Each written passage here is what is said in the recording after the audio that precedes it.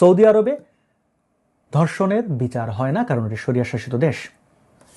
তো আপনি এই দেশে ধর্ষণের বিচারের জন্য শরিয়া চাইছেন। 1971 মহান মুক্তিযুদ্ধে আমাদের অগণিত নারীদেরকে ধর্ষণ করেছে পাক হানাদার বাহিনী এবং এই দেশের রাজাকার আলবদর আর শামস, জামাত ইসলামী, ছাত্র শিবির, ছাত্র সংস্থা।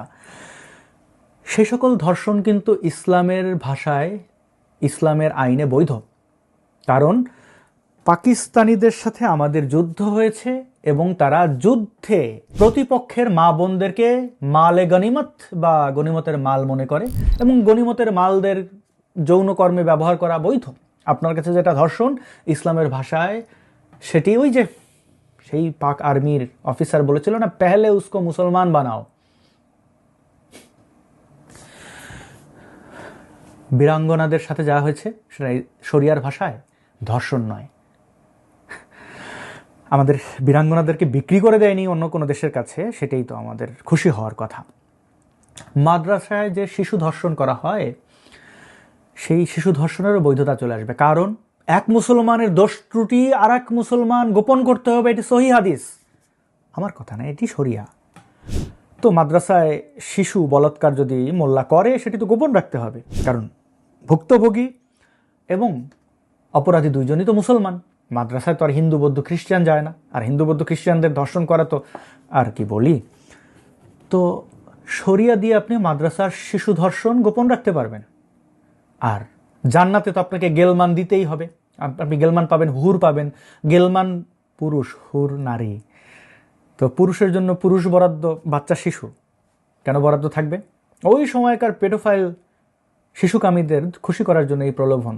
যেমন যারা অতি নারীতে আসক্ত, যৌন বিকারগ্রস্ত, তাদেরকে লোভ দেখিয়েছে 72 হুরের। এবং বউ পেটানো ইসলামে বৈধ। আফগানিস্তানে তো আইনও হয়েছে, মানে একদম জখম করা যাবে না, যেন যৌন মানে জন্তু, যন্ত্র, শস্যক্ষেত্র হিসাবে ব্যবহার করা যায়।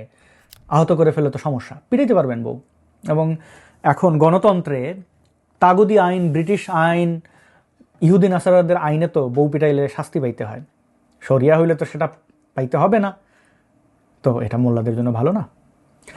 এরা শরিয়া কায়েম করতে চায় কারণ তারা 6 বছরের শিশুকে বিয়ে করতে চায়। এই পেডোফাইল শিশুকামীরা শরিয়া কায়েম করে বলবে, আমার নবী 6 বছরে বিয়ে করছেন, আমি 6 বছরে বিয়ে করব। কেন এখন এই যে বিভিন্ন কি যেন নাম, কাশিমি ফাশিমি, এরা বিয়ে করে আর কি বলে যে সাহাবী নবী, এমন কোনো নবী নাই যে একাধিক বিয়ে করে নাই।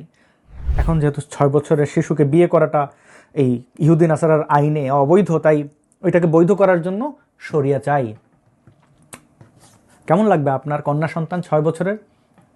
আর বিয়ে আবার কিরকম? কবুল শেষ। শিশু ধর্ষণ শুধুমাত্র কবুল দিয়ে বৈধতা, আর তো কিছু না। 6 বছরের শিশুকে বিয়ে করা যায়। নবী তো আয়েশাকে বিয়ে করেছিলেন, বয়স ছিল 6, সঙ্গম করেছিলেন, বয়স তখন 9। এটা আমার কথা নয়।